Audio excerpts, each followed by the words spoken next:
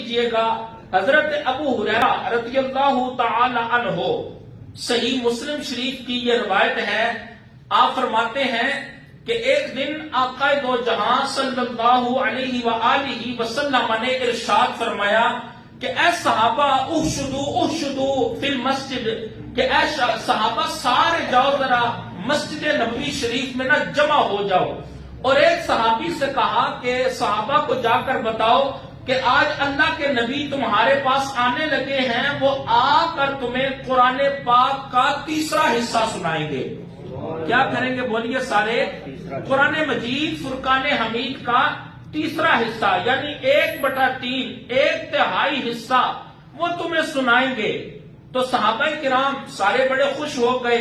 آپ دیکھیے نا، عشق والوں کو جب عاشق کی مجلس ملتی ہے وہ تو پھر خوش ہو جاتے ہیں کہ آج حضور نے مسجد نبوی شریف میں بلایا ہے، اور صرف بلایا نہیں بلکہ بلا کر یہ بھی فرمایا ہے کہ آج میں تمہیں قرآن کا 1/3 حصہ سناؤں گا۔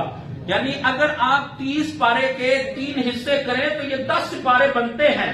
تو صحابہ کرام تو بڑے خوش ہو گئے کہ آج حضور کی مجلس بھی ہوگی، اور وہ قرآن جو حضور کے سینے پر اترتا ہے خود حضور اس کی تلاوت کر کے سنائیں گے، یعنی 10 سپارے تلاوت کر کے حضور سنائیں گے۔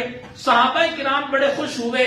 سارے صحابہ جب مسجد میں جمع ہو گئے تو میرے آقا کریم اپنے کاشان اقدس سے تشریف لائے اور حضور منبر پر آ کر بیٹھے، اور حضور نے منبر پر جب آ کر بیٹھے تو حضور نے پڑھا بسم اللہ الرحمن الرحیم، قل هو اللہ احد اللہ الصمد لم یلد ولم یولد ولم یکن لہ کفوا احد۔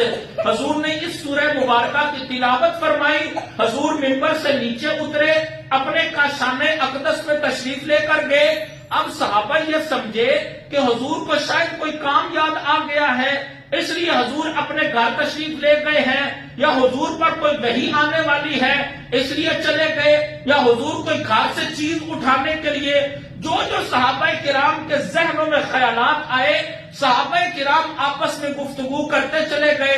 ہو سکتا ہے حضور کو یہ کام ہو سکتا ہے یہ کام ہو، لیکن ابھی حضور واپس آئیں گے اور آ کر ہمیں 10 سپارے سنائیں گے کہ تھوڑی دیر کے بعد حضور پھر اپنے کاشان اقدس سے باہر تشریف لائے، صحابہ کرام کے درمیان آ کر بیٹھے۔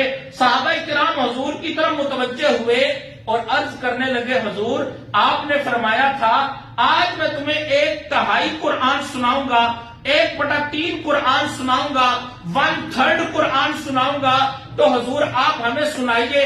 تو میرے آقا کریم نے فرمایا، یار میں جاتے ہوئے تمہیں قل هو اللہ احد اللہ الصمد لم یلد ولم یولد ولم یکن لہ کفوا احد یہ سنا کر نہیں تھا گیا۔